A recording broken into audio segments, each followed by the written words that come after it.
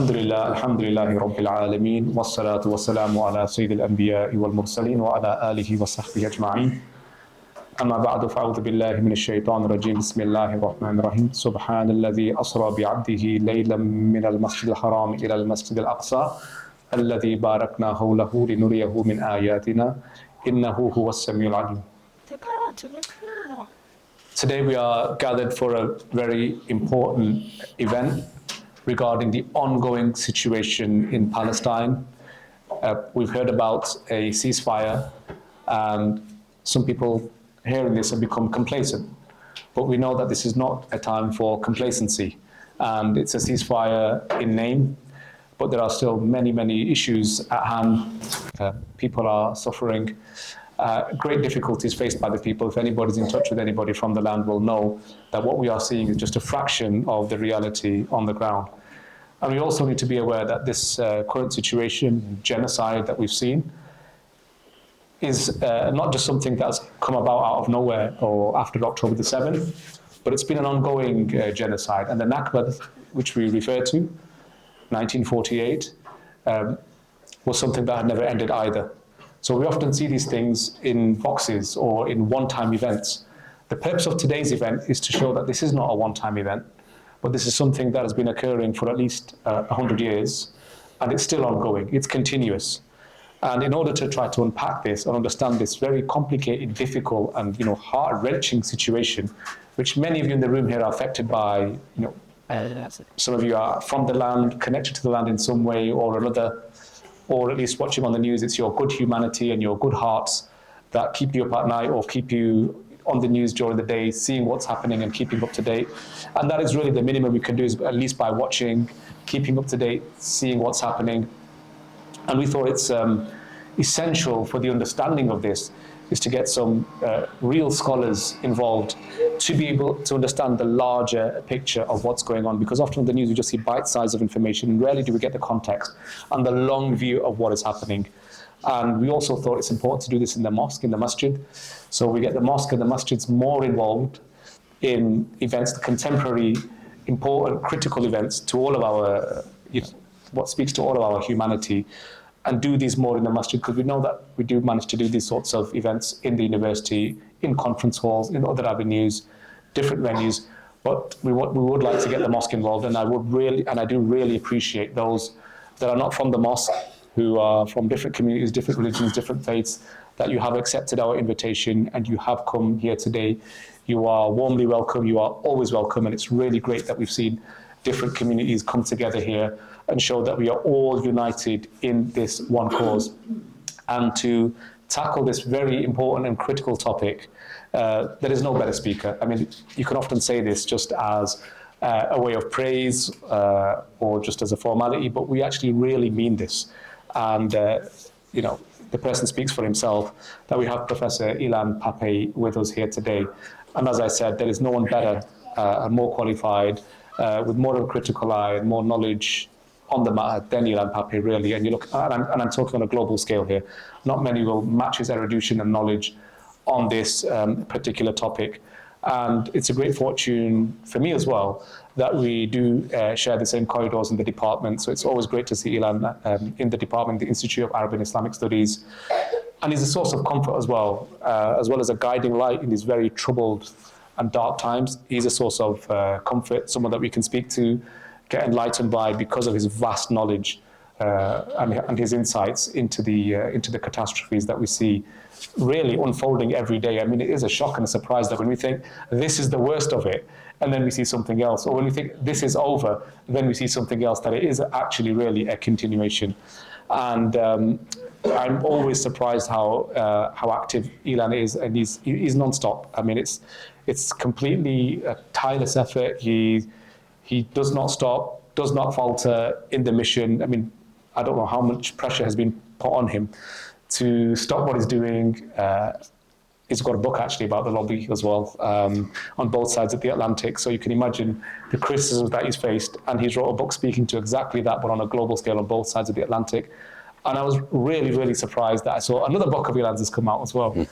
And before anyone can finish reading the current one, another book's out. And I have asked him actually, I said, Ilan, how do you write so much? And one of your colleagues, and I'm supposed to be doing the same thing. And how do you write the amount that you're writing? And it's all great and great quality stuff. And he responded by saying, writing is my therapy basically. And he gets a lot of joy out of writing, and it's probably his source of comfort to express all those ideas in written form and for the benefit of all of us, so that we can all read and understand what is happening and get in touch with his ideas. So we're also very grateful that he is active all around the world, speaking in different places. If he's not traveling around the world, he's speaking online because he can't make it.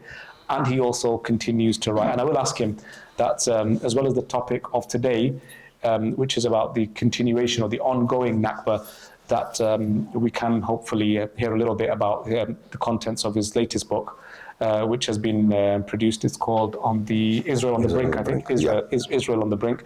I haven't been able to keep up with some of his latest podcasts, which other people have been telling me about, because I've been traveling for about almost 3 weeks. But I was getting calls saying, have you seen Ilan's latest interview on such a channel? I said, I've not been able to do that yet. So it'd be lovely to hear some of his about his most recent research, which will also give us a bit of optimism, because in truth, it's a time of despair, and many of us are feeling the despondency that we can't do anything, or it's all negative, and it's just, complete darkness wherever you look.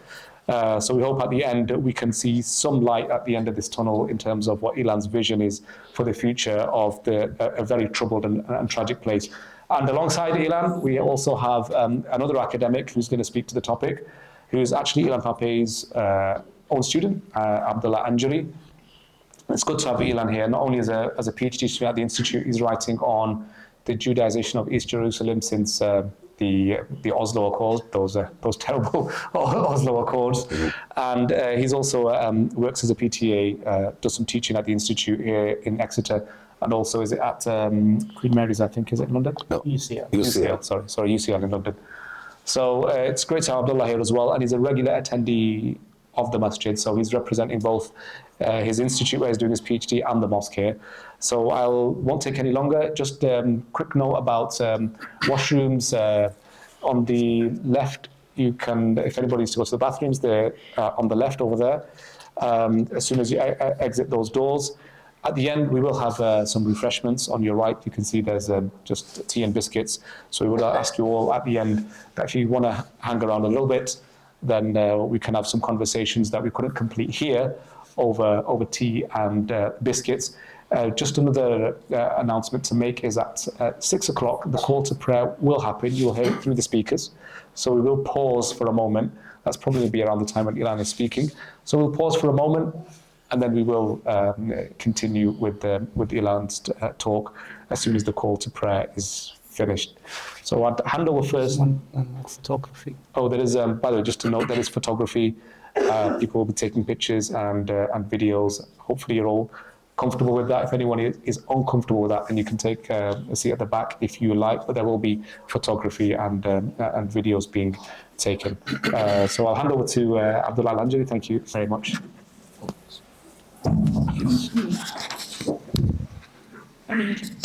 I need this.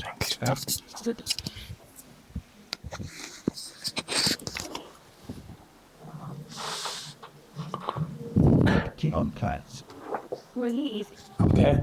Is it good? Okay. بسم الله الرحمن الرحيم. رب اشرح لي صدري ويسر لي أمري واحلل عقدة من لساني يفقهوا قولي. I would like to thank Exeter Mosque for organizing this, and I would like to thank Dr. Mustafa for his kind introduction. It's obviously a gigantic honor to be sitting next to my very dear supervisor, Professor Ilan Pappe, who I have always looked up to, and to be talking today alongside him. So today I'm going to discuss the question of whether Israel is a democracy or whether it is an apartheid regime. In the eyes of many Israelis and their supporters worldwide, Israel is, at the end of the day, a democratic state. It seeks peace with its neighbors, and guarantees equality among all of its citizens. This is the discourse that we hear in the Western mainstream media, and the BBC, the CNN, and so on. They continue to portray Israel as the only democracy in the Middle East. However, the reality on the ground is very different. Today, I will be speaking very briefly about the Israeli apartheid regime, and I will argue that Israel is actually anything but a democracy. In reality, it is a textbook example of an apartheid regime. So, in a nutshell, what is the Israeli apartheid regime? Today, between the Jordan River and the Mediterranean Sea, there are around 14 million people, okay? And these people are divided. They are either Arab Palestinians or Jewish Israelis. 7 million, more or less, Palestinian Arabs, 7 million Israeli Jews, okay? Across historic Palestine, Israel is the only governing power today. So Israel, in practice, it rules the entirety of Palestine, okay, including the West Bank and East Jerusalem. The Israeli regime systematically privileges Jewish Israelis and discriminates against the indigenous Palestinian Arabs. The Israeli apartheid regime was designed to maximize a Jewish majority. They want to achieve a Jewish majority between the Jordan River to the Mediterranean Sea, and the Israelis are given unrestricted access to the maximum amount of land, whereas Palestinians are really restricted. This includes Palestinians in the West Bank, East Jerusalem, and so on, okay? The successive Israeli governments from 1948 to this day established policies and laws with the objective of maintaining a Jewish demographic majority in Palestine. They want to achieve a Jewish demographic majority in Palestine, and they achieve it. They try to achieve it in many ways, demolishing Palestinian homes, settlement activity, and so on, okay? To pursue this goal, which is the achieving a demographic majority, the Israeli governments have systematically perpetrated ethnic cleansing operations with the aim of eliminating the maximum amount of indigenous Palestinians and replacing them with Jewish Israelis. For example, if you look at the West Bank, the successive Israeli governments from 1967 to this day have facilitated the transfer of thousands of Jewish Israelis in the heart of the West Bank and granted them superior status under the law. On the other hand, Palestinians living in the West Bank in the exact same area are treated as inferiors when it comes to civil rights, access to land, and freedom of movement. And we are talking about the exact same area, okay? A textbook example of the Israeli apartheid regime is the 2018 nation-state law. So what is the nation-state law? The Israeli Knesset in 2018 passed a law affirming Israel as the nation-state of the Jewish people, declaring that within that territory, from the Jordan River to the Mediterranean Sea, the right of self-determination is exclusive to Jews only. In other words, the right of self-determination is unique to the Jewish people, despite the existence of 7 million Palestinians between the Jordan River to the Mediterranean Sea who are Muslims and Christians. However, the Israeli nation-state law in 2018 stipulates very openly and very clearly that the right of self-determination is exclusive to the Jewish people only. The essence of the system of oppression and domination over Palestinians was clearly crystallized in this 2018 nation-state law, which enshrined the principle that the state of Israel is the nation-state of the Jewish people only, and that the right of self-determination is exclusive to the Jewish people. It is important to mention that the Israeli apartheid regime, by the way, oppresses all Palestinian groups, including Palestinians in the Gaza Strip, Palestinians in the West Bank, East Jerusalem, and even the Palestinian minority within the borders of Israel.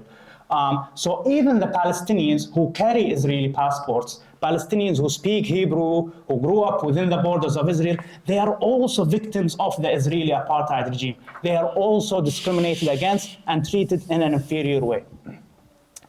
For example, the Palestinian citizens of Israel face discrimination in education, housing, healthcare, employment, and many other areas. And by the way, 20% of Israelis today are Palestinians, okay? 20%. So 1 out of 5 Israelis is Palestinian, and they are all systematically discriminated against, and they are given an inferior status in the Israeli law, despite the fact that they carry Israeli passports. One of the textbook examples of the Israeli apartheid regime is the Israeli law of return. So what is the Israeli law of return? In 1950, Israel granted every Jewish person in the world to immigrate to Israel under this law, the law of return. And immediately once they immigrated to Israel, they were granted Israeli citizenship and they had the right to settle in Israel permanently. On the other hand, Palestinian refugees and their descendants who were ethnically cleansed in 1948 to this day are not able to return to their native homeland. So this is a textbook example of the Israeli apartheid regime. On the one hand, it gives the right to any Jewish person across the world to go to Israel and settle there permanently. On the other hand, Palestinian refugees who were dispossessed and keep being dispossessed since 1948 are still not being able to return to their native homeland. Of course, you can draw several parallels between the Israeli apartheid regime and the South African apartheid regime. But I don't have time to do that today. I will mention one thing. South Africa's Archbishop, his name is Desmond Tutu, he said that the Israelis are treating the Palestinians the exact same way the apartheid regime in South Africa has treated the indigenous Black South African population. In other words, today the Israeli regime treats the Palestinians in an identical way, or to a great extent, a very similar way to how the racist apartheid regime in South Africa has treated the indigenous Black South Africans. Israel strongly rejects any form of equality, even for its own citizens. So, putting aside the Palestinians in the West Bank who don't have Israeli citizenship, even Palestinians who carry Israeli citizenship are refused equality, okay? And this is very open. They don't hide it anymore, okay? So what is the solution?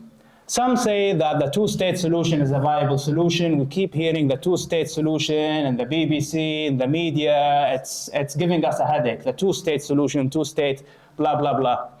However, the Israelis were never really interested in a two-state solution. Immediately after the 1967 June War, Israel immediately began to establish Jewish settlements in the West Bank, including East Jerusalem. The Israelis were very aware, they were fully aware that the establishment of these settlements is a violation of international law, it is a war crime, and it kills the two-state solution. However, the Israelis didn't care. They were very well aware that it's gonna kill the two-state solution, but since 1967, to this day, they keep establishing Jewish settlements in the West Bank because they were never interested in a two-state solution. Israel views the West Bank as an integral part of what they refer to as Greater Israel, or Biblical Israel, if you will, and therefore they are not willing to make any concessions regarding the West Bank, including East Jerusalem. And therefore, the two-state solution is actually not a viable solution, okay? It is unachievable for several reasons. First of all, where should the Palestinian state be? Is it going to be in the West Bank and the Gaza Strip? Well, firstly, there are hundreds of Israeli Jewish settlements in the West Bank, and more than 600,000 Israeli Jewish settlers living in the West Bank today. More than 600,000 Israeli Jewish settlers living in the West Bank. So where is the Palestinian state going to be? And by the way, the number of settlements and the number of settlers is increasing every single day. Okay, so just a couple of months ago, the Israeli government announced one of the largest settlement projects that's going to be in the West Bank, and they are planning to build up to 20 settlements, okay? Also, other than the fact that there are 600,000 Israeli Jewish settlers in the West Bank, another question is, in a two-state solution, where is the Palestinian capital going to be? Is it going to be in East Jerusalem? Well, the Israelis are also not willing to make any concessions in East Jerusalem. The Israelis annexed East Jerusalem and declared that East Jerusalem will be part of their eternal and undivided Jewish capital. And therefore, there are many issues with the two-state solution about where the capital of Palestine will be, about where is the Palestinian state is going to be, okay? And for decades, governments claim that to support the two-state solution, but nothing on the ground changed. Nothing on the ground changed.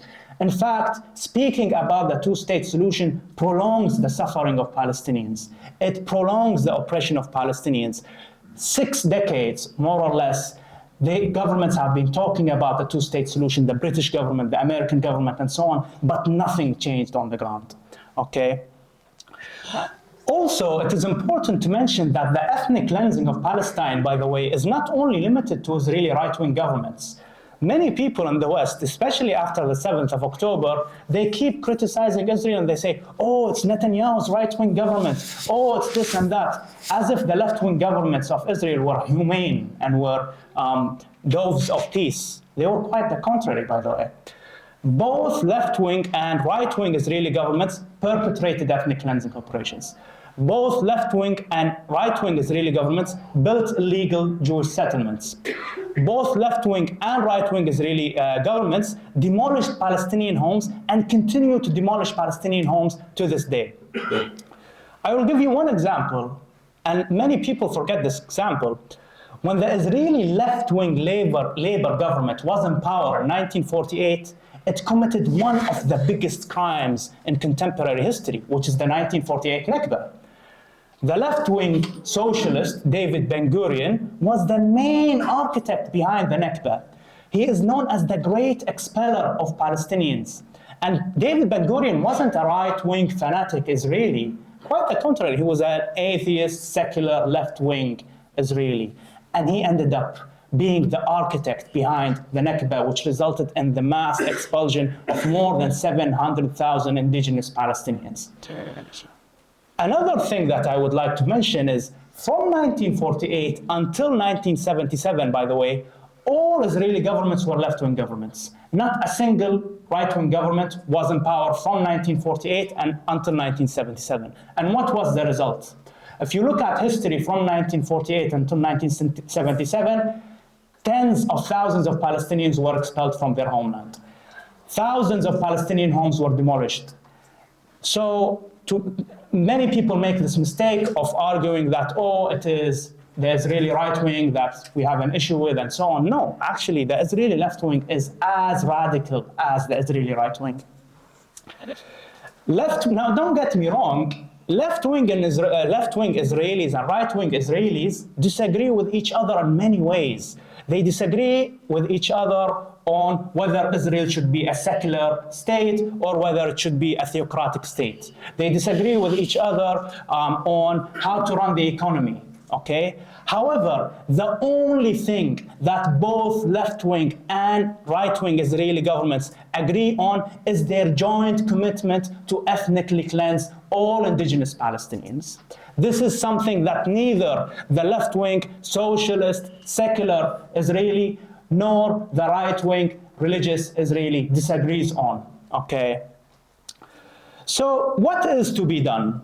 How should we deal with the Israeli apartheid regime, since the two-state solution is not a viable solution?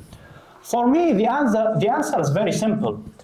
We have many other case studies, especially the case study of the apartheid regime in South Africa. The only way we should deal with the Israeli apartheid regime is, first of all, by imposing economic sanctions on the Israeli apartheid regime, by boycotting products of Israel, and by divesting from the Israeli apartheid regime. So to conclude, and I will wrap up with this today. In a nutshell, Israel established an apartheid regime in Palestine. Amnesty International has referred to the Israeli regime as an apartheid regime. Human Rights Watch has referred to the Israeli regime as an apartheid regime. In fact, Bet Salem, which is the Israeli Center for Human Rights, has referred to Israel as an apartheid regime. In other words, Israel established a regime that treats the indigenous population of Palestine as an inferior racial group. The Israeli nation-state law, which I discussed today, openly stipulates that the right of self-determination is exclusive to the Jewish people only, despite the existence of 7 million Palestinians between the Jordan River to the Mediterranean Sea, both Muslim and Christian Palestinians. However, they are denied their right of self-determination. And therefore, the only way forward is to completely dismantle the Israeli apartheid regime that treats the indigenous population of Palestine as an inferior racial group. The only way forward is to completely decolonize Palestine from the Jordan River to the Mediterranean Sea. The only way forward is to guarantee the return of all Palestinian refugees who were expelled from their native homeland from 1948 to this day. We should stop talking about the two-state solution, and instead we should start working on abolishing the Israeli apartheid regime. Thank you.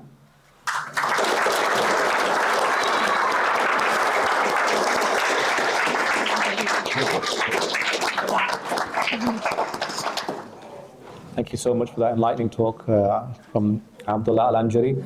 So I will move now on to Professor Ilan Pappe, who is a professor at the Institute of Arabic and Islamic Studies at the University of Exeter, but his activities certainly are not limited to that. And one of the things that we do appreciate about Professor Pappe is he recognized the need to come out of his university office, or as they call it, professors in ivory towers, and really get out there and speak to communities all around the world, that is. As I said in my introduction earlier on, he's traveling immensely, speaking at different venues all across the globe. We can't keep track of him where he is when we're trying to find out where is Ilan today. He's probably in a different country, then a few days later he's in a different country. And the reason I'm saying that is that we really do appreciate his time as well. It's the second time that we've asked Professor Pappe to come, and he warmly obliged, didn't show any difficulty in accepting the invitation. And that's really, really great. And hopefully this won't be the last one either. So when we do need to call upon him for clarity, for guidance, Ilan is always there for the community, and especially that he's a professor here. He does recognize the need to speak to people here in Exeter. So we do kind of have a right over him as a priority over those in, let's say, those in the States or those in Malaysia or whatever that might be. So without further ado, I will hand over to Professor Ilan Pappe now. We will have question and answer. Will it be immediately after talk, or we'll go for a break first? We'll go for a short break after Ilan's talk, and then we will have hopefully a very vibrant Q&A session, which will follow just straight after that. Thank you very much. Thank you. Thank you. Thank you very much, Mustafa. Thank you, Abdullah, for your kind introductions. I want to thank the mosque and the organizers for inviting me. As Mustafa mentioned, it's my second visit. The first visit was during the hurricane. We were tested about our commitment in the last meeting. The winds were very strong, and yet quite a few people did show up, which was very encouraging for the solidarity movement if its members are willing to talk about Palestine, even with the risk of the very, very strong winds that occurred at that time. Weather the storm. Yes. We have a calmer weather today. The only test we have for some of us who are not sitting on seats, but I think otherwise we're all very comfortable. And I hope this is a good sign as well. I would like to talk about something that Mustafa mentioned, and that's the context. And I think you're absolutely right in saying that for two reasons, the context of what goes on today in Palestine is not well known or is ignored or distorted. For two reasons, this is happening. One is that, and we know it from the very beginning of the genocide, Israel insists that the context is not relevant to what happened. It wishes people to look at the history as something that began in the morning of the 7th of October 2023 and ended on that day. Anything that happened before and anything that happened after is not as important as what happened on that day. For obvious reasons, I don't have to explain why they would like this to be the main topic, the main focus of our conversation. So that's one reason whoever is either in alliance with Israel or is afraid of the Israeli lobby shuns the conversation about the context. The other reason is more mundane and has to do, of course, with the nature of the media. It doesn't have the space, the patience to provide context, apart from sound bites and maybe some sort of short versions of history and morality, and that is never enough, especially for the particular case that we are talking about, the history of modern Palestine and the reality today and the prospects for the future. In fact, because of this combination of an Israeli insistence that the context is not relevant, on the one hand, and the media's tendency to look at the context as redundant, as not important enough for providing a professional coverage of what's happening. Because of that, in some countries, like in Germany, for instance, there are prohibitions, there are instructions to both journalists and academics not to use the word context when they refer to the events of the last 2 years. I saw myself directives in universities saying that any mentioning of a context for the events of the 7th of October 2023 could be considered as support for terrorism and alleged as anti-Semitism and even Holocaust denial. And going around the continent and going around some places in the United States, you feel that people are still hesitant to talk about the context because they understand that this is a kind of a declaration where they stand morally and ideologically on the question of Palestine as a whole and on the question of the genocide in Gaza in particular. But we will talk about the context because the context allows us more than anything else to see the distinction between the symptoms of violence or the violent symptoms that we are all familiar with. Some of them are less familiar to us because they happened in the past, and the origins of violence.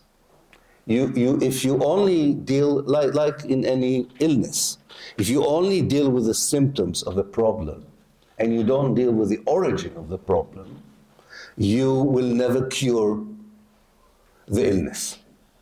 And you won't stop the next cycle of violence, the next cycle of bloodshed in Palestine if you keep thinking that what you should talk about are the symptoms of the violence or the violent symptoms and not tackle the origin of the violence itself.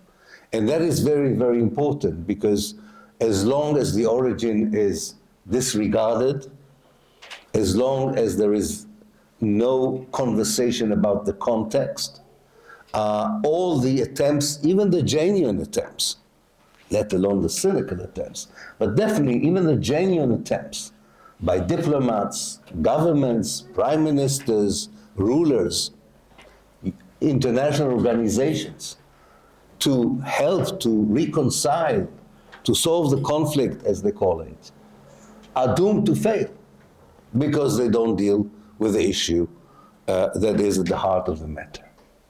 And the context can be seen in three different kind of cycles. One is a kind of a long-term cycle, the other one is a more recent one, and the last one is really very much what is happening in our days. So you can kind of go in three historical circles that I claim are necessary in order to understand why the 7th of October occurred, why did the Hamas go on the operation on the 7th of October, and also why the Israeli reaction was escalated into a genocide as it still is. And Mustafa is absolutely right.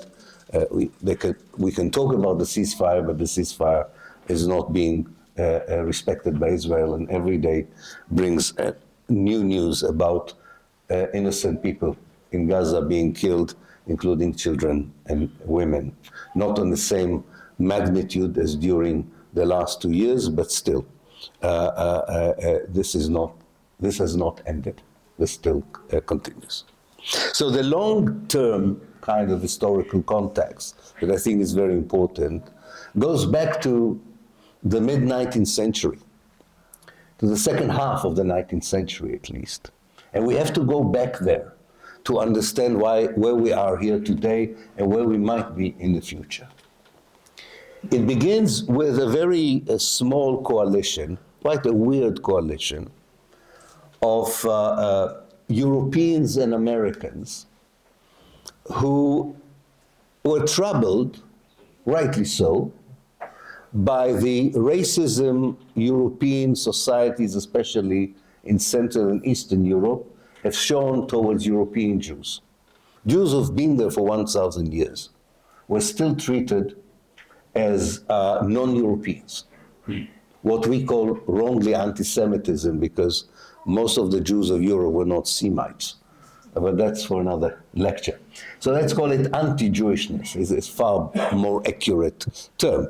And Central and Eastern Europe showed intensive and increased level of anti-Jewishness to the extent that leaders of Jewish communities, especially in Central and Eastern Europe, rightly so, felt that this would not be limited to an attack here and there or discriminative legislation, but this could really lead to something far more terrible, as indeed happened between 1939 and 1945, when Nazi Germany genocided millions of Jews in Europe. So there was a problem there. And a very small, and as I said, quite a strange coalition said, well, if Europe cannot change its attitudes towards its European Jews, the best solution is to build for these Jews a European state outside of Europe, at the heart of the Arab world, at the heart of the Muslim world, at the expense of the indigenous people of Palestine. The people who conceived that weird solution, and it, by the way, to most Jews in the world, in the second half of the 19th century, it looked a very bizarre, immoral, and unpractical, and not a very practical idea. A very small minority of Jews thought that this was the solution for the way that they were treated. But nonetheless, there was a coalition of people who conceived this idea. A very important group in it, this coalition, were evangelical Christians who thought that the return of the Jews, as they call it, to the Holy Land would precipitate the second coming of the Messiah, the resurrection of the dead, the end of time. So for theological reasons, they liked the idea of moving the Jews out of Europe into Palestine. Of course, this also showed their anti-Jewishness, because they also wanted to get rid of the Jews in the name of precipitating a divine scheme that they believed in. Not every evangelical Christian, but very important streams in evangelical Christianity. More importantly, was not so much their connection to that kind of denomination or the other. What was important, that important evangelical Christians in very powerful positions, such as presidents of the United States, prime ministers in Britain, ministers in Germany, and so on, believed in that kind of idea. So it was the power of these people that gave this idea credence. A group of Jewish intellectuals also were mesmerized by this idea. They said, well, maybe the anti-Jewish people are right. We're not Europeans. So if we're not Europeans, what are we? Oh, we are, and they went back to what they have read in the Old Testament, in the Torah, in the Bible, and said, oh, maybe these evangelical ideas are the right ideas. We are the original people of Palestine. Of course, they were not the original people of Palestine. They were not descendants of the people who lived in Palestine 2,000 years before. But, you know, nationalism is, and that is what they got excited about, the idea of nationalism. All Europe got excited by this idea of nationalism in the second half of the 19th century, which was quite disastrous as it is still today. But they got excited about it as well. And of course, when you are excited by the idea that you are a nation, when you've never thought about yourself as a nation, you have to concoct a story of who you are, where you came from, what is your identity. And so with the help of these evangelical Christians, they built the story which had no proof and no foundation in any factual way, that they were the descendants of the Jews who were expelled by the Romans in 70 AD, when the second Hebrew temple fell, and therefore what they are doing is not solving a problem of anti-Jewishness only, they are redeeming an ancient homeland that was theirs and was usurped by whoever ruled Palestine since 70 AD until the late 19th century. Again, I want to stress the point that very few Jews subscribed to these ideas in the late 19th century. They didn't look to them, neither from a religious point of view, a relevant argument, because it was against the idea of Judaism to tamper with God's will, and there was no indication that there is a wish for Jews to become a sovereign national movement. Judaism was not about sovereignty, not about nationalism. It was about the relationship between the faithful and themselves and the faithful and God, and not looking for temporal realities on the ground.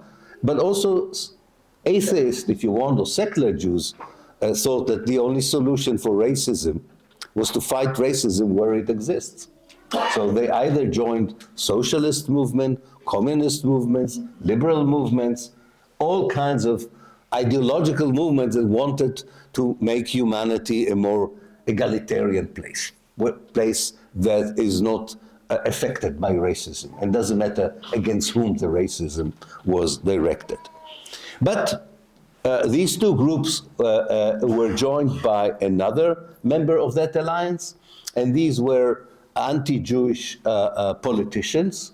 The most famous among them was Lord Balfour in Britain, but he was not the only one, who were not so much anti-Jewish against the Jews in the West, namely in Britain or in France or even in Germany, but they were afraid that the increase of anti-Jewish legislations and actions in Central and Eastern Europe would push an influx of Jews from the East into Britain, into France. And therefore, they supported the idea that especially the Jews of the Russian Empire, the Jews of the Austro-Hungarian Empire in the central of Europe, will all go to Palestine instead of going either to Britain or even further afield to the United States. This coalition had no chance to translate its ideas into reality because Palestine was still an integral part of the Ottoman Empire, as it had been for 400 years.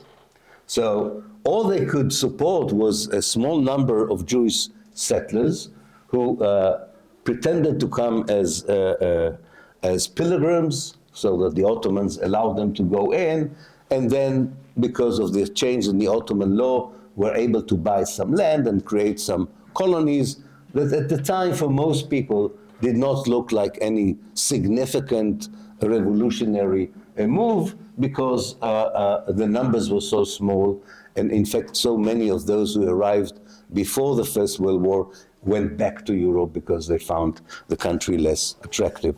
5 minutes. Yeah, okay.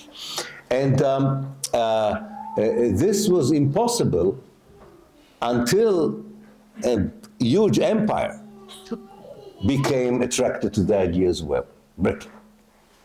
The moment British imperialists regarded this small alliance as providing it with a justification to occupy Palestine, suddenly this idea that, as I say, was immoral, not very practical, became a colonial project, a powerful colonial project. And indeed, the First World War allowed Britain to do two things. One is to occupy Palestine, and then to offer Palestine to the Zionist movement that was very small, not very popular before the First World War, but with the support of the British Empire, suddenly a lot of Jews who were more skeptical about this idea said, well, if the British Empire is behind us and they provide us with this idea, especially if you do suffer from anti-Jewish racism in Central and Eastern Europe, it's quite reasonable that once Palestine becomes British, you would join the settlers who already had been there before. And this is a very important lesson for us from history. Namely, and I will stop in 2 minutes when we have the exam, you had to use force. You had to use coercion to translate this idea that showed the failure of Europe to deal with its racism towards Jews into a project of statehood at the heart of the Arab world, at the heart of the Muslim world, at the expense of the Palestinians. There was no peaceful way of doing it. You could only use it with the power of bayonets, the power of army, the power of coercion. Because Palestine, when Britain finished the occupation of Palestine, 90% of the people were Palestinians, 10% were Jews, and 90% of the Jews saw themselves as Arab Jews and not as Zionists. So it was the tiniest of minority that lived in Palestine that got the blessing from the British Empire to be the future rulers of the land. This is something that does not go away even 100 years later, when, of course, this develops into a modern state, a European state, a military power, an organic society of 7 million Jews. Of course, this is all historical development we are not ignoring.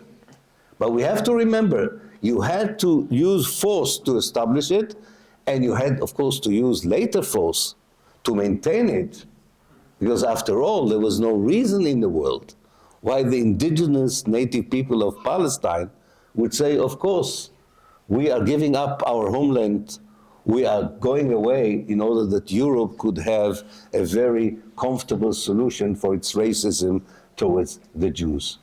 This is very important because it explains what the Palestinians were resisting, which was not just Zionist settlers. They were resisting a European project. In fact, they were resisting a West European project. Allahu Akbar. No, Allahu Akbar.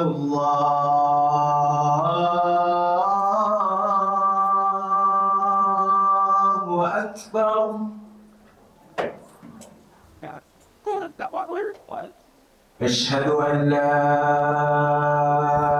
إله إلا الله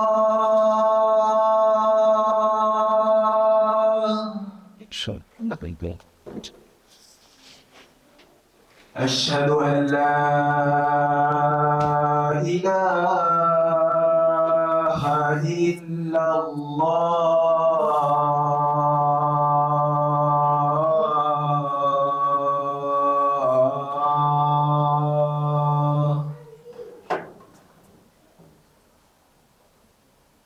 أشهد أن محمدًا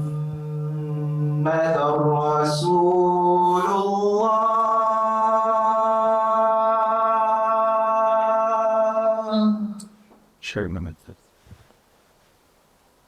أشهد أن محمدًا رسول الله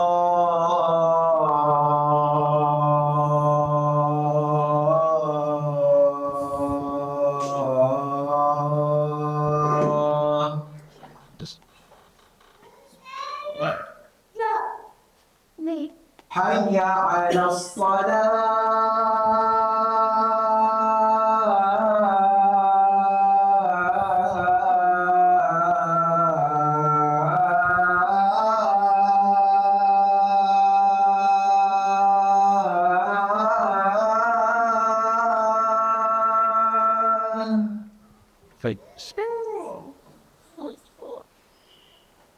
حي على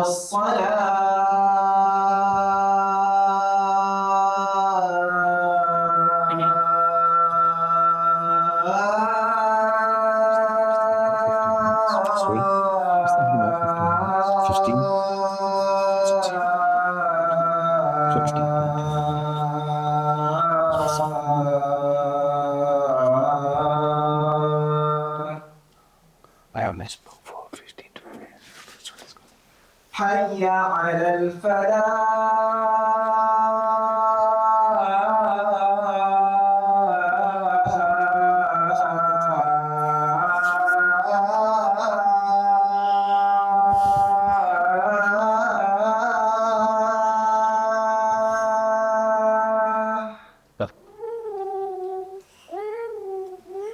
حي على الفلاح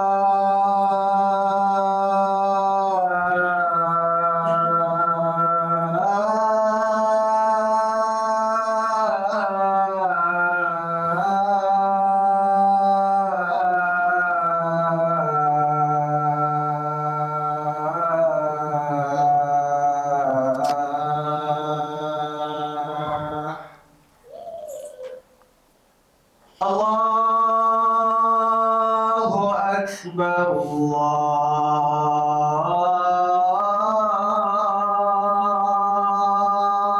الله أكبر لا إله إلا الله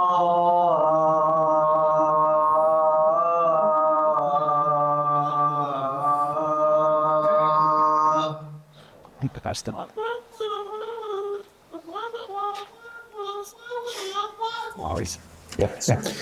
Thank you.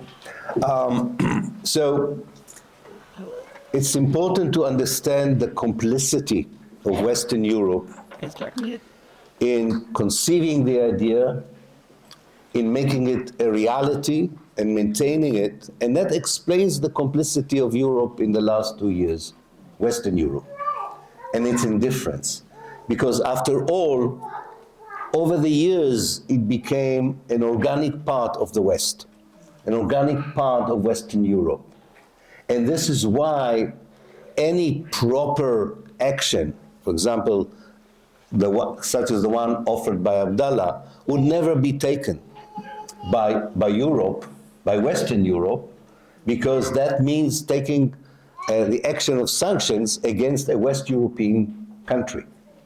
The whole international legal system that the West has built after the Holocaust, after the Second World War, was not meant to judge West European countries, only the rest of the world. And this is the difficulty for the political system, the legal system, the academic and media systems in the West to treat Israel as a rogue state or as a state that violates every clause in international law, not only in the last 2 years, ever since 1948 and until today. So that's one context which I think is very important. To that, I would add something that is not talked about enough, and I think that should be mentioned, especially in the mosque. One of the way that Israel was able to grow as a state, to develop a military capacity that allowed it to expel the Palestinians in 48, to occupy the rest of historical Palestine in 67, to deter the Arab world from taking any significant action against the dispossession of Palestine and the Palestinians. One of that was its ability to convince the West that it is not only an organic part of the West, but it's the last bastion in what Samuel Huntington called the clash of civilization. It is the front post of Western civilization, whereas the Palestinians are representing exactly the counter representation. This is why, unfortunately, also our university are still talking about something that they call the Judeo-Christian civilization or heritage, that Israel is part of that Judeo-Christian civilization that is being defended and is the foundation for the Western democracies and so on. This is such a distortion because the most important civilization that contributed to the salvage of Western civilization from being fossilized and going into a very negative orientation was Islamic civilization. It saved Western civilization through its translation projects, through its ability to infuse previous wisdom with current wisdom and offering it to humanity as such. So this Islamophobic, Orientalist way of looking at this clash between Israel and the Palestinians as a clash of civilization is the one thing that feds the right wing, the populist, and unfortunately also quite a lot of political movement that would regard themselves as liberals and leftists. And that goes back to that early period by which the West decided that the best way it could offer the Jews is to build for them an extension that would also serve Europe and would retain them as Europeans without having them in Europe itself. And no wonder the bitter fruits of that kind of project we are all have to eat today. The two other cycles, very shortly, and then I'll move to the book very shortly as well, the new book, which is connected. One is, of course, we already mentioned by Abdullah, there is a direct line between the ethnic cleansing of Palestine that Israel committed in 1948 and the events in Gaza on the 7th of October and after the 7th of October. The Gaza Strip itself did not exist before 1948, and people should understand that.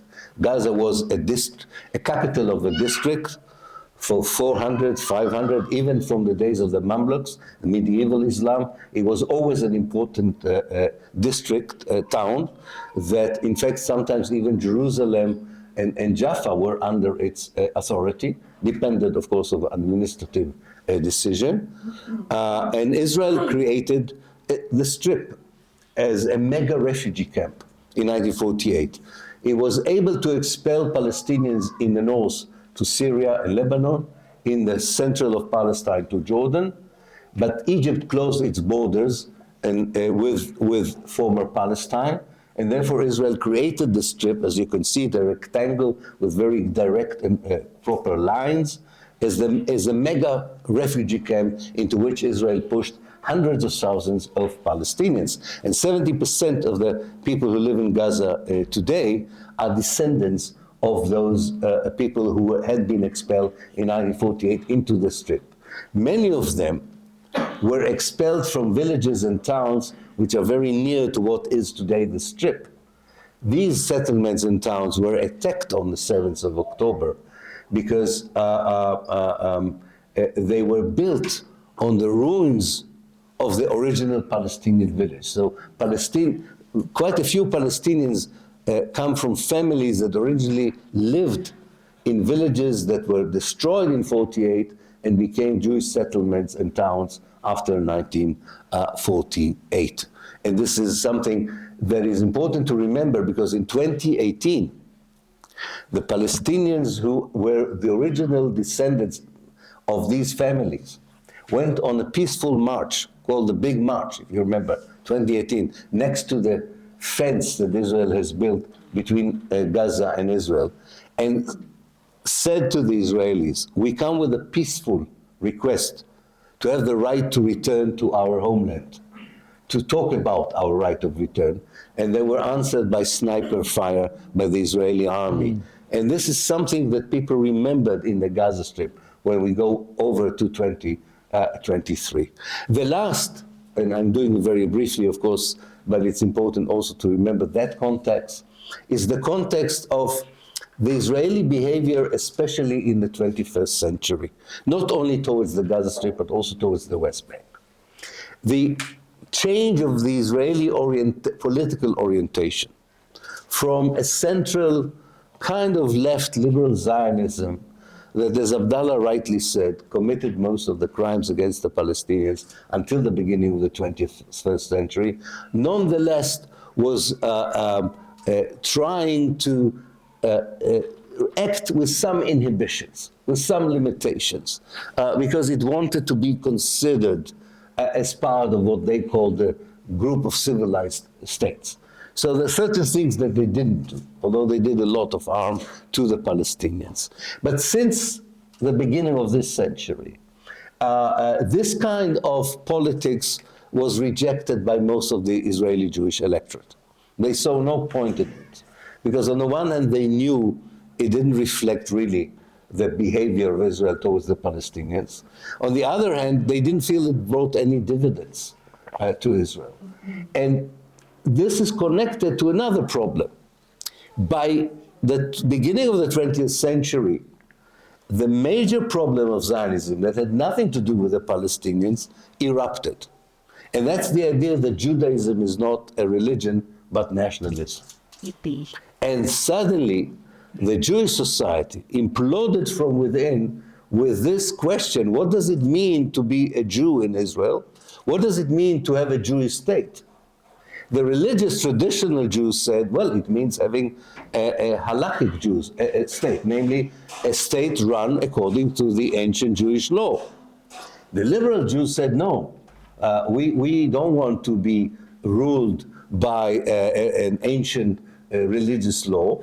So the other side said, so what does it mean for you to be Jewish if you are not running it as a Jewish state, as a proper Jewish state?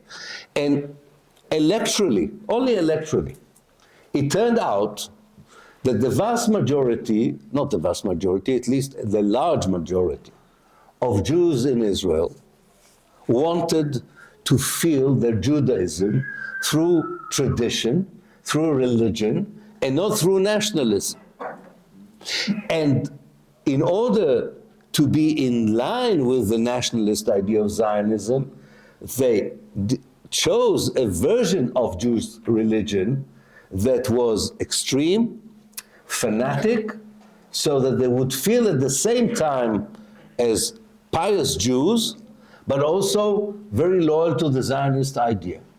And the only way of doing it was to include in their Jewish interpretation a very strong anti-Arab and anti-Palestinian racism.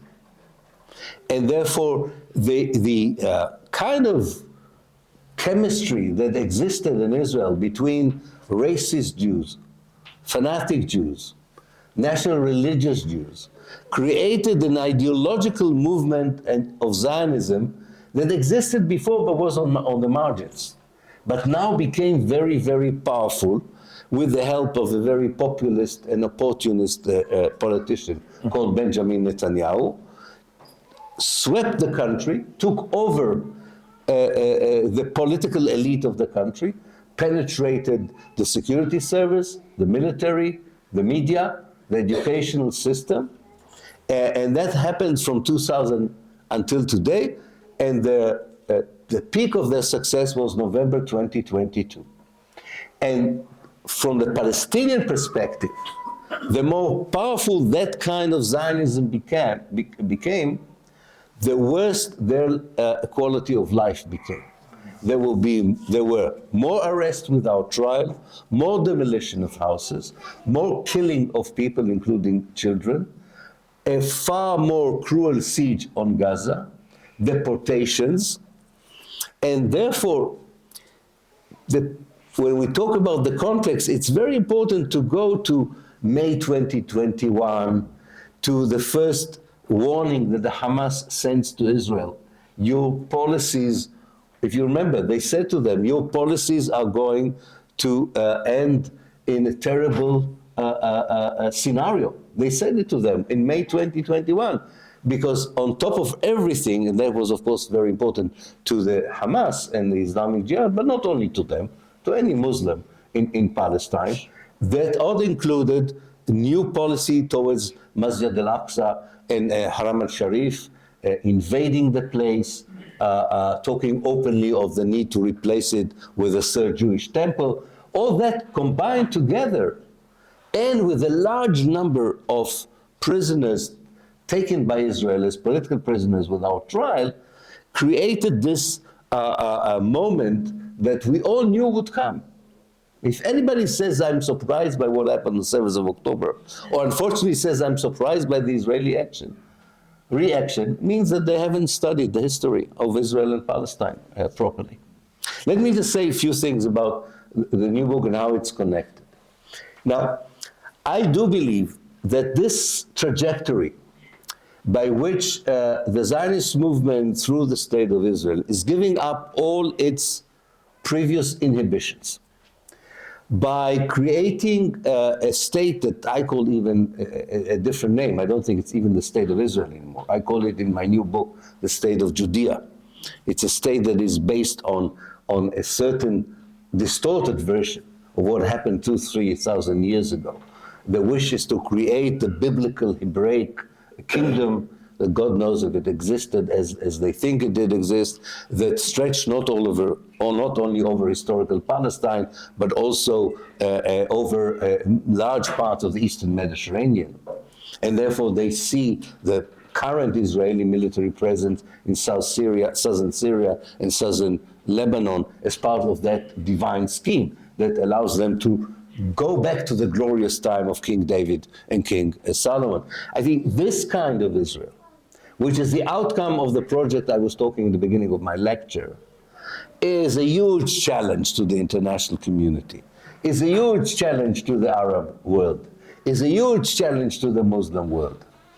And yes, we have governments in the West, we have governments in the Arab world, unfortunately we have governments in the Muslim world who want to live peacefully with this reality because they think that whatever existed until 2000 is tolerable. The number of Palestinians killed, the level of Palestinian suffering is something that even if their societies don't like, they could kind of navigate themselves between talking the talk but not walking the walk, namely condemning Israeli actions but seeking normalization with Israel, if we're talking about the Arab world and the Muslim world. Or in the case of the West, condemning Israel but supplying it with all the arms, the diplomatic immunity and financial aid. The big question is, and I asked this question in the book, if I'm right in my analysis in the trajectory to which that Israel is going through, the pathway that I think is inevitable for Israel, to defend that kind of Israel would make the societies even angrier than they are today. And we saw in Italy millions of people demonstrated. We saw them in London. And we will see more and more, because despite this idea that the genocide is over, this is not something, unfortunately, that is over. And secondly, people will not think that the genocide begins in a day and then there is an end date to a genocide and you move on as if it never happened. No, it doesn't work like this in history. And therefore, I do believe that on the one hand, we should be alert, and that is depressing, and this is not not easy to deal with, and I know it personally, and we all know it collectively, with the fact that we still have not enough accumulative power as human society to convince the people with power to stop the crimes against the Palestinians. We don't. Not for tomorrow and not for the day after. We have to be realistic. But we have to understand that there are currents, undercurrents, there are processes that already began that would make this kind of crime a real challenge to the people who right now seem to be either indifferent or complicit with what's going on. And the reason I feel optimistic that this is not going to take too long is because this is not just about Gaza, and with this I will end. This is not about Palestine. This is about the question of the essence of politics. If we live in a society where our politicians totally ignore our concerns, whether it is the concern for the safety of the Palestinians, whether it's our concerns for the 20,000 babies and children that were killed in Gaza, and the ones who are doomed to be attacked by Israel, whether we are concerned about poverty in the world, whether we are concerned about ecological justice in the world, whether we want to allow people who seek life to have life elsewhere if they cannot have a safe life in their own homeland, whether if we live in a world where our politicians say, all this is not important, what is important is our career, our self-centered career. For us, politics is a career, not a vocation. It's an occupation, not a vocation. If this is the world, then yes, I would be desperate about what's going to happen next in Palestine. But I don't believe this is the world that we will live in the future. I don't believe we allow ourselves as people for that kind of politics to continue to determine the world that we live in our struggle against global warming, against poverty, against the problem of migration. All of that cannot be solved by one country. It needs global cooperation. Global cooperation needs a global legal system. A global legal system needs to be universally respected. And if it has exceptionalism, as this universal legal system has shown towards Israel, it is not working. It's ineffective. And history, and with this I would end, history is cyclic, it's not linear. We are in a very, very bad period, not just in Gaza, not just in Palestine, but many places in the global south and in the global north where people feel that they are living under political regimes that oppress them, don't respect them, endanger them. But we've been there before in history, and humanity has found a way of changing that kind of politics. And sometimes it had to do it by violence, sometimes through revolution, sometimes, and that also happens, such kind of politics is usually very incompetent in running states, economies, and issues, and sometimes it dissolves by itself, not just because it's being thrown out by force. Whatever the scenario is, any win for a far better politics is a win for Palestine and brings forward the things that Abdullah was talking about, the decolonization, the freedom for everyone from the river to the sea, the building of a different kind of reality that already existed in Palestine before in 48, of Muslim, Christians, and Jews coexisting genuinely together in that country. I'm finishing. This is, yeah, okay.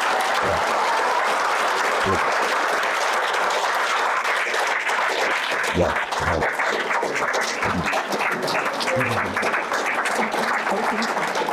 Any kind, thank you. Any kind of a win in that, any setback is a setback not just for Gaza, but for all of us. And therefore, I do believe that the global alliance I talked about, it has become the global Israel, very strong with capitalist interests, multinational interests, military industry, security industry, that kind of alliance is faced by the global Palestine Alliance, the alliance for struggle against any injustice, not just in Palestine. And we should believe in the power of that alliance to change politics for the sake of the next generations. A liberated Palestine is a world liberated from tyranny, from populism, from poverty, from ecological injustice. Thank you.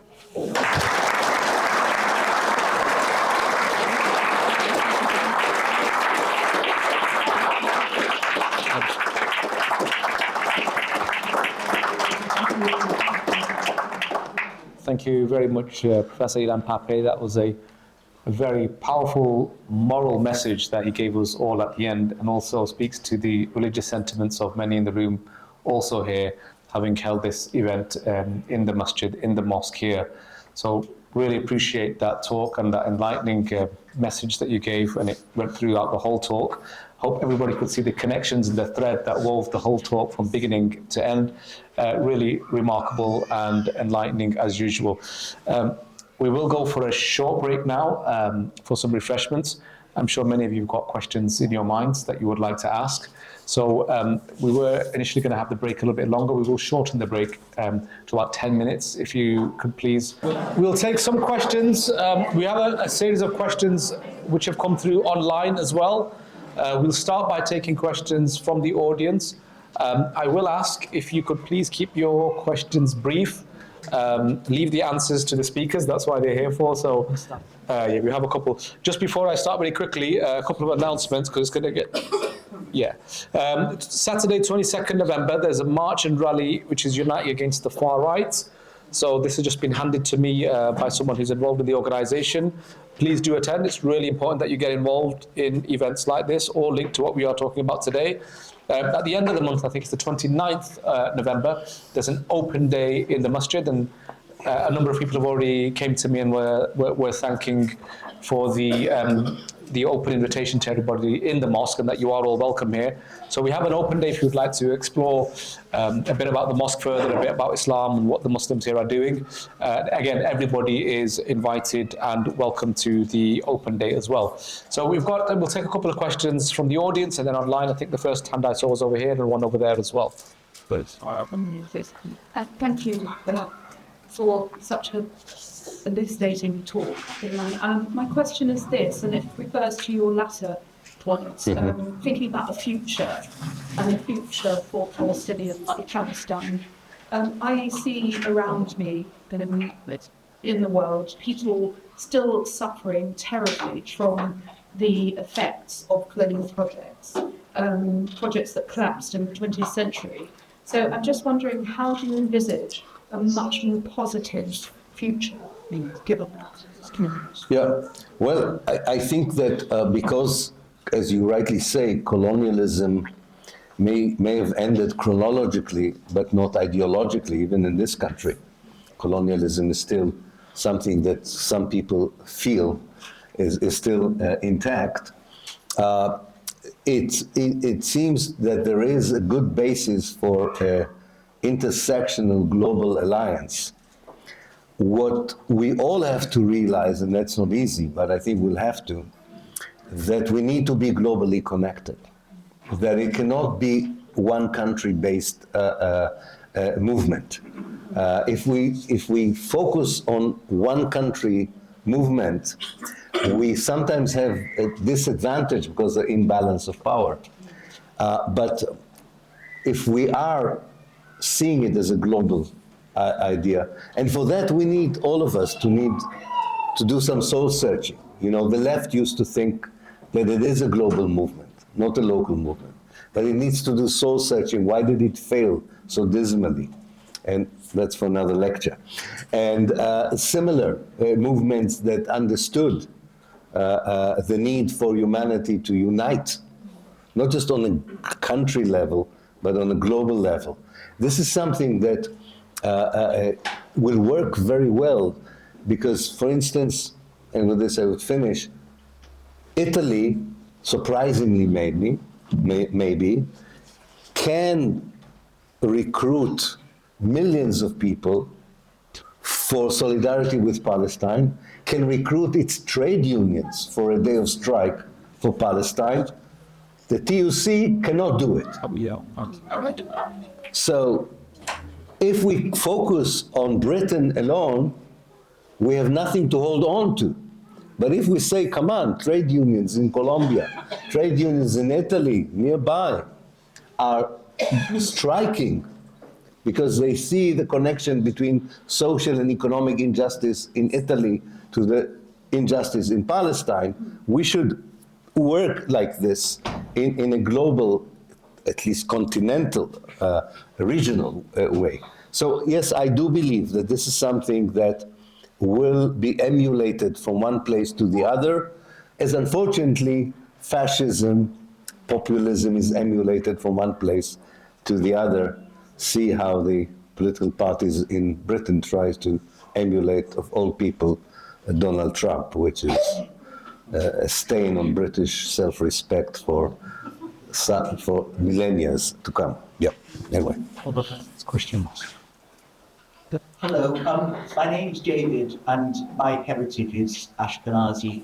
So I'm very interested to hear that the Ashkenazi are not in fact descendants from ancient Jews expelled by the Romans, which was the story that I grew up hearing. So I'd like to know who are the Ashkenazi? Yeah. Where did they come from? Is there any record of large-scale conversions to Judaism in Central Europe, the Russian Empire? And once we know the truth about who the Ashkenazi are, is that something that can be used out in our campaigning? Yeah. Well, yes. First of all, the myth was born by the story that all the Jews were expelled from Roman Palestine, and that's how Judaism developed in Europe. Now, we know from all the records that only a very small elite of the Jews were expelled. So all the Jews who remained in Palestine, like anyone else who was in Roman Palestine, went through stages of conversion, first to Christianity and then to Islam. Some remained in their Jewish faith, but it was a small minority. The rabbinical kind of Judaism that we are familiar in the West was spread by a small group of Jews after the end of the Roman Empire, and went through the Khazars in the Khazar Empire on the 13th century, that converted to Judaism and created this relatively large number of Jewish communities, and also Jewish communities who were in North Africa and in Spain. Some moved either into Europe or into the Ottoman Empire. So we have different sources of creating what you call the Ashkenazi Jews from different parts of the world where Jewish community existed. By no means the ancient Jewish community of Palestine was the most important one. There was a much larger community in Babylon or Iraq of today, in Egypt, in North Africa, in the central of Europe, and so on. So the Jews, most of the Jews who remained in Palestine are probably today, I mean, after 3,000 years, first became Christians and then Muslims. So this is a story that cannot be corroborated scientifically. Yeah. We'll take a couple online. One question, incidentally, has been directed to me as chair, so we'll answer. I'm not sure why, but anyway. How should Muslim communities approach speakers and preachers who absolve or distance themselves from action and activism? That's an interesting question. I'd like to say, first of all, that some of these speakers are also in need of education, and we must not stop in trying to give them guidance and tell them about the importance of getting involved and being active. If it's, I think the question might be from a religious and Islamic point of view. The Quran is very clear. تعاونوا على البر والتقوى وَلَا تَعَاوَنُوا عَلَى الْإِثْمِ وَالْعُدْوَانِ. So cooperate with one another and each other in goodness. And do not cooperate with each other in sin and transgression. So some of the smallest things that we can do are things like boycotting. And all of us can be involved in the boycott movement and trying to do whatever we can in our own capacities and trying to encourage others to do that also. We know the prophetic traditions are very clear in taking action by the hand, and where it's not possible, at least by the tongue, or the least is to consider it reprehensible in the heart if you see any evil happening in front of you. And what I would say is that if people cannot commit to action, sometimes you have to see there might be excuses for them. There might be certain consequences or trouble for those people. But the least that they can do in that situation is at least be silent and not approve or not be participants or not be vocal in supporting the transgressors and the evildoers. I think that's where we need to be. And that's what shocks a lot of people, that if you can't at least do anything against what's happening, the minimum you can do is at least be silent and not participate in it. And that would go from the way that you're using your tongue, people in influential positions, if we're talking about speakers, imams, or other people in kind of religious authority or other positions of political authority, it goes for them. But it also goes in terms of boycotting, for example. I've seen this myself with people who are either speakers, religious speakers, or Muslim politicians, will be, for example, wearing brands that are really on the boycott list, or going to eat in places what are clearly on the boycott list. So it's kind of things like this what we must encourage people, that if you can't speak out because of certain political problems in whatever country that you belong in, or whatever the circumstances that you're going to face because of the political setting where you live in, it's authoritarian or whatever it is, at least don't go and eat in such places publicly, or at least wearing such things that are part of the boycott movement. Pardon? There are 8 questions. Yeah. So that's what I would say where we need to go in terms of political activism. Another question I'll take online is about, there's a question about Turkey actually. How do you see the role of Turkey? Can Turkey unite Muslim countries against the oppression of Israel? How do you see that role? You're right. Just want to say, David, was it? David? Do read Shlomo Zan's book, The Invention of the Jewish People. That's a much more structured explanation than I gave you. Turkey, and so on. I do believe that we have to understand that even the governments that we feel are doing more than others, like Turkey, are still not doing enough. The proof is that the genocide was not stopped by anyone, and we don't see any powerful alliance stopping it in the next year or two. And therefore, I do think that the gap between what societies want and what governments are willing to do has to narrow. Even a government like Turkey has its own interest because of its connection to NATO, its wish to get American weaponry. We shouldn't idealize a government just because it uses sometimes a far more, how should I say, a more welcome language in what it is doing. Or gives, and it does give, more space for solidarity with Palestine. This is not enough. We are facing a very powerful alliance that does not only accept the total destruction of Palestine and the Palestinians, but as I say, accepts the fact that our basic concerns, our existence on this globe is not important enough from a political and economic perspective. And I think that's why I don't want to focus on one country or the other, and not only on the Muslim world. I think it's a global issue. It's a global issue. It's not surprising that millions of people anywhere in the world, for the first time, demonstrated for Palestine in such huge numbers. And that shows you that it was not just about Palestine for these people. It was about the world as we have it today, which they want to see as a different world. I think we'll take one more online and then come about it, because it connects to this one, which is about Palestinian Christians. So what about the situation of Palestinian Christians? And where do the Palestinian Christians fit into a future state? Yeah.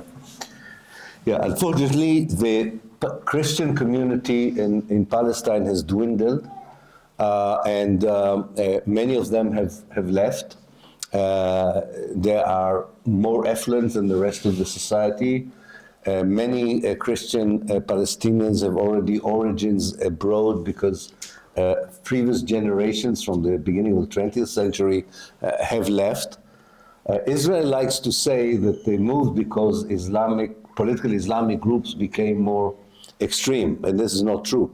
The pressure on anyone who's a Palestinian between the river and the sea is something that is very difficult to explain to someone who hasn't experienced it even for a day. Living every day under the threat of the ruthless oppression for 50, for 70 years, and you have a whole new young generation who haven't experienced anything else but that kind of daily oppression. Of course, individually, people who can leave. Sometimes they tell themselves, and maybe it's right, we're leaving until it will become better. Nobody has any right to criticize them. Nobody has any right to criticize people who are running away from the inferno in Gaza. But on the other hand, politically, of course, we know that everyone is still committed, whether they are Christians or Muslim, to the liberation of Palestine, to the right of return. So the Christian community was very important to Palestine before the arrival of Zionism. It would be very important for a new Palestine. And as I said at the very end of my talk, there was a genuine coexistence between Muslim Christians and Jews in Palestine within a very close connection to Islam as a civilization, not as a religion, as a civilization, as people feeling that this is part of the world they belong to in terms of its literature, its poetry, its language, its heritage. All that is something that people are longing for, even if they left the country. So I do believe that they will come back and will help us to build a very different kind of liberated, decolonized Palestine. We have a question which is specifically about Exeter University, which is, what are your views on the University of Exeter's role in the current situation in Palestine, particularly they're saying about the genocide complicity report published in June 12, 2024 by the Exeter Encampment for Palestine regarding Exeter's complicity in the current genocide. Yeah, want to get into trouble. We're in a freedom of expression zone. We're in the mosque. Yeah. I said at the mosque at the university. Definitely. Well, you know, universities are two things. They are a business run by management. Some of the management are academics, some of the management are technocrats, and they take a certain view on reality from that perspective. University is also a community of scholars, and they have a different kind, to my mind, responsibility, and should at least have a different perspective on moral issues such as Gaza. Managements of university are not different from governments, and therefore you are all the time in constant either dialogue or even challenging their policies, especially in a university which is a public university, because it is also under pressure from the Secretary of State for Higher Education, the Ministry of Education, to do certain things. So this is not to think that the management of the university would be particularly courageous in Southwest Devon, where the last riot was in 1653, is asking too much from a provincial pastoral university. That is not sure whether my arrival there was an asset or a liability. They're still not sure about that. I'm not sure. Some of them, I think, regret the invitation. So I think that this is something to think about. As a community of scholars, I would have liked, of course, people to take a far more courageous moral position. We had this mixture of reaction to the situation on the ground. The university started by being very vague about the genocide. We managed to make it a bit more specific about the genocide, not enough by any means. The language was not enough, the condemnation was not strong enough, compared, for example, the position of the university on the Ukraine. On the other hand, there was an encampment that was allowed until it was disbanded, but most encampments were disbanded at the end of the year. It was an uneasy relationship. But I also want to mention that this is the university that allowed the Center for Palestine Studies to be an organic part of the educational system. So it's a navigation between their interest as a management, the pressure they have from the government, and our moral constitution, our moral values. We are trying to be pragmatic sometimes, not only purist, because we don't want to lose the achievements that we have, but we are asking for far more. But there's the whole Western political, academic, and media elite. This is the only thing that did surprise me. I said I was not surprised by the violence shown by the Hamas on the 7th of October.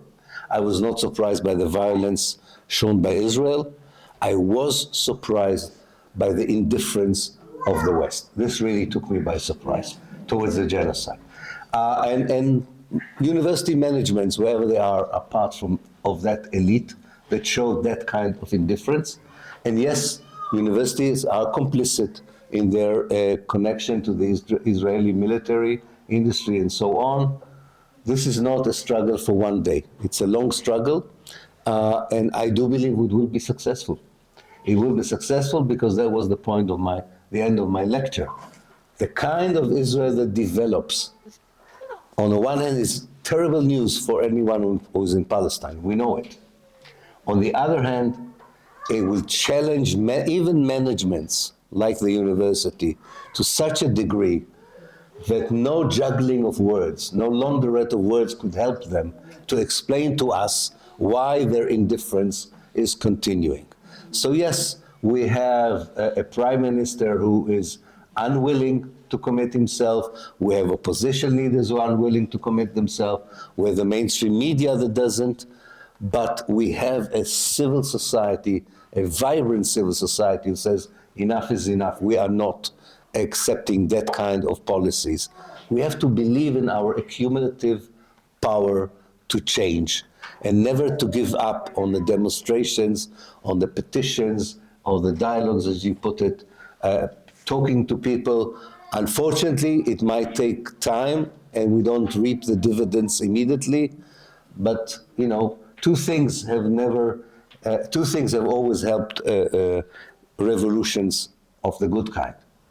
One is a cumulative effect, and the second one is imagination. And we should insist of imagining for the sake of the Palestinians, that we will witness for them life which is normal and natural, something the Zionist project robbed and denied every Palestinian inside historical Palestine and outside Palestine.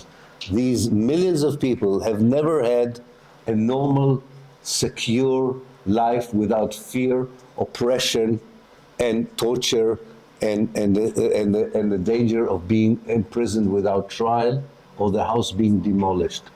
We should imagine for their sake a different kind of Palestine and believe that we are playing a very important role in history of making that imagination a reality.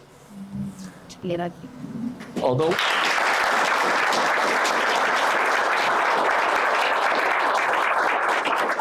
we still have a number of questions that we did receive online, but I think we'll take this one and then possibly a final just to wrap up. What's Professor Ilan Pappe's reading at the situation unfolding in Latin America in relation to the recent US threats to Venezuela and Colombia? Can this be understood as a further attempt to extend the Gaza's genocide into other regions? Again, very international nature of questions. Very international questions, yes.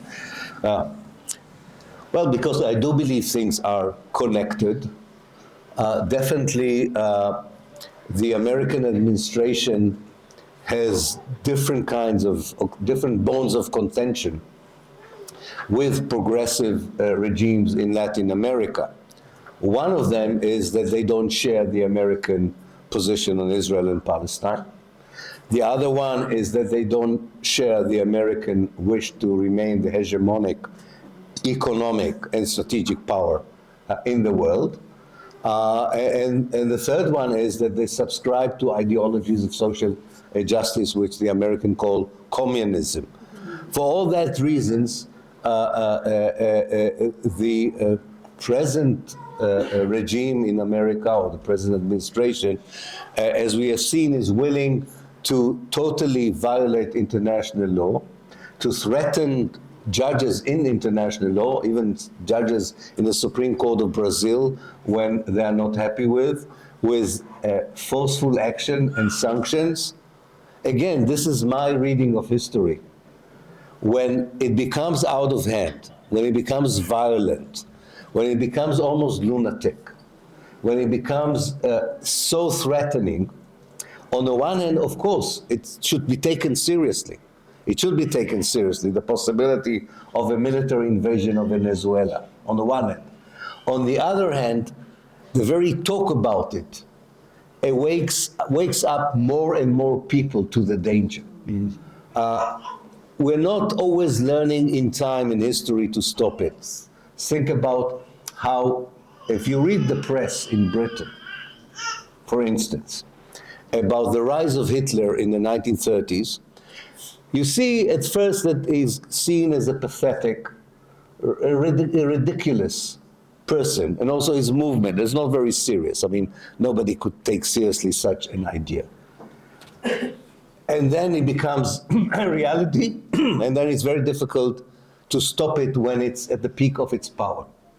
Unfortunately, we don't learn easily from Europe, but I do hope that our age, where internet is possible, where information is far more accessible, where it's much more difficult not to sustain denialism and ignorance, that reaction to such brutality, populism, militarism, neo-capitalism would be far faster and more effective, and we would not wait until it would be too late for some people. Unfortunately, there are more than, we don't know the exact number, but there are probably 100,000 people in Gaza for whom it was too late. We didn't wake up the world in time, but that should not discourage us from continuing our sacred job of waking up those people who have the power. And I repeat, one of the major kind of immediate, for me, operation, I cannot understand. I met with Jeremy Corbyn, I met the leaders of the TUC.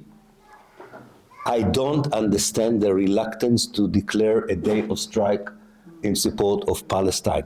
The excuses they gave are unforgivable, are stupid, are not realistic. It is terrible that this trade union movement in this country is unable to show a basic solidarity with the people who are the victims of British policy over the 100 years. We should pressure them. If you are members of unions, if you have connections, pressure them. This is very, very important. It's not unthinkable that only in Spain, Belgium, and Italy this would happen. So there are kind of mini steps we can aspire to, you know, kind of small achievements on the way to a much more dramatic change. Yeah. We do have a final question, but I think that was a good note to end on. Is it very brief? Do you have a question? My question. Oh, yeah, if you could keep. Not really brief, but it could be, yeah. Try to make it We brief. can take it at the end if you like. I mean, I'll combine it with what's been said at the end. Just a question here. Yeah. Other than sharing about Palestine, speaking about Palestine and donating to Palestine, what is the most effective way that we as individuals can help and stop the genocide in Gaza? And if you could just add to that, perhaps as a closing statement from Ilan. That's it. Thank you so much. I always said, you said context is the most important thing. I also think there's an issue we missed a bit, and that's what is the reality? Okay, because we have to agree on the reality before we can agree on what the context is.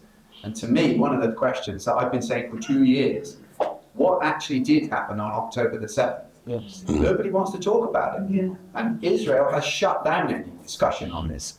And we know why it shut it down. Because as soon as you start looking at what happened on October the 7th, you come more and more, as I have done, to a belief that Israel knew it was going to happen, enabled it to happen, actually enabled what happened to be even worse than it might have been.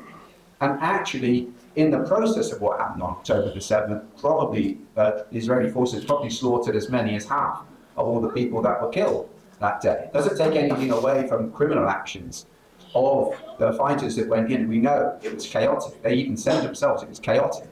They did not expect to be able to get in the way they did without any resistance for hours and hours on end. So my point is, I understand. The point is clear. the point is, if we were talking about the reality of the 7th of October, instead of, as Israel said, this is Israel's 9/11, this is our excuse for genocide, it would be a different matter. Israel allowed many of its own citizens to be killed in order to perpetuate a genocide.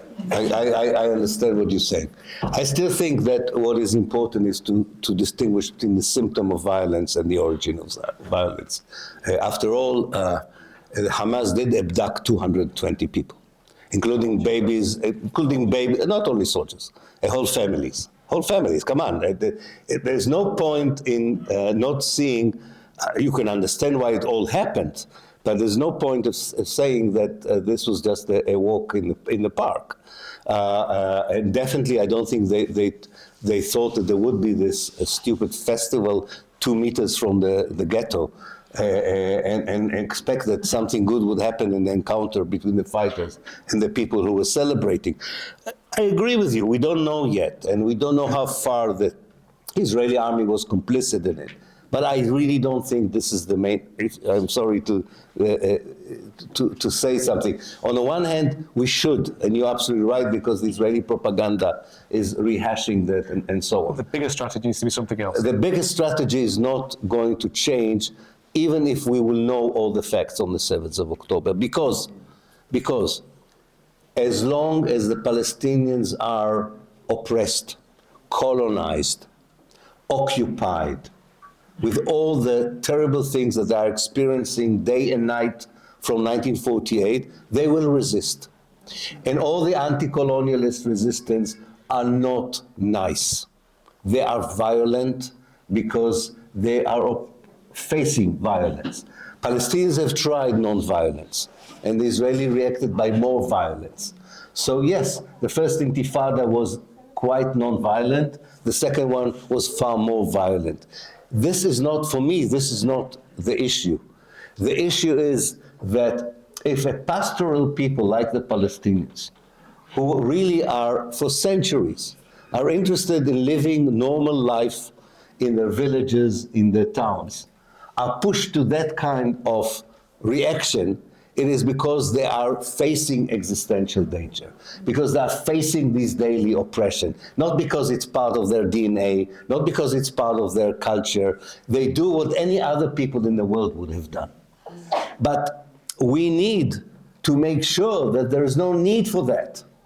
So on the one hand, and that comes to the question from the internet, you can't say, the world cannot say the same things in one sentence. We don't agree with boycotting and sanctioning Israel, and we condemn the Palestinian armed resistance. If you don't want the Palestinians to react through violence, through armed resistance, offer them something else. And you have the power to offer them something else. You have the economic, political power to stop the Israeli oppression tomorrow by taking the policies of sanctions and pressure. It will work. And therefore, there will not be another 7th of October, and there will be no another genocide. But if you continue to deny that there was a genocide, if you continue to describe the 7th of October just as an act of terrorism without the context of what happened, if you don't understand why Palestinian fighters are taking prisoners after 8,000 political prisoners are suffering in Israeli jails, if you don't want to understand that, you will act as if this violence is inevitable and there's nothing you can do about it. So I do think that this is, this kind of context for me is very, very important because it enables us, it really enables us to demand that international law would apply to everyone, to the Hamas as much as it applies to Israel. I don't think anyone should deny it. It should apply to everyone, but it should not be applied in a way that exempts anyone the West sees as its allies. And it should deal with every crime, not just the crime that was or wasn't committed on the 7th of October, but with the crime that Abdullah has described from 1948 until today. These ongoing Nakba, as we call this meeting, is an ongoing crime. An ongoing crime, not according to me, according to international law. So that the criminals continue to commit the crime. That is the point. The victims of the crime react, sometimes with their own crimes. But you have to go and ask yourself, do you want to stop it or you want to continue it because you benefit from it? Maybe as a military industry, maybe as from an ideological point of view.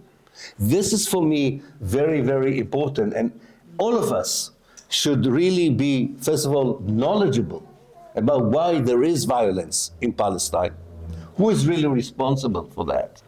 And then say, actually, because none of us are calling any one of you to take arms. We're not calling for violence. We're not calling for terror. We are calling for a civil action of sanctions and boycott and divestment that all of you can take part in. And believe me, this is an effective tool.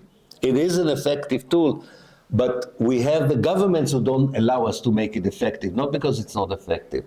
Getting Israel out of UEFA, getting Israel out of the Eurovision, I know it sounds funny, but getting Israel out of the Eurovision, after the Football Association, Basketball Association, asking Israel to be disqualified from the United Nations, asking the United Nations to see whether it should take a clause which forces the United Nations to prepare a flotilla, not a volunteers flotilla, a United Nations flotilla to save the people of Gaza.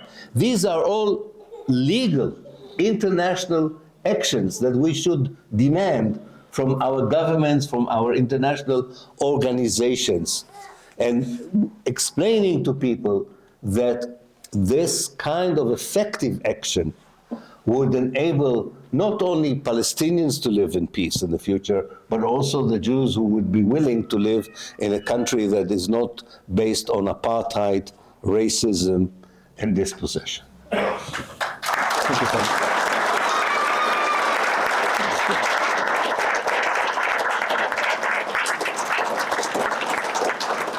Once again, thank you very much to Professor Ilan Pappe, also to soon-to-be Dr. Abdullah Al Anjari. Inshallah. And we thank all of the audience as well for their participation. We do apologize that we couldn't take all of the questions.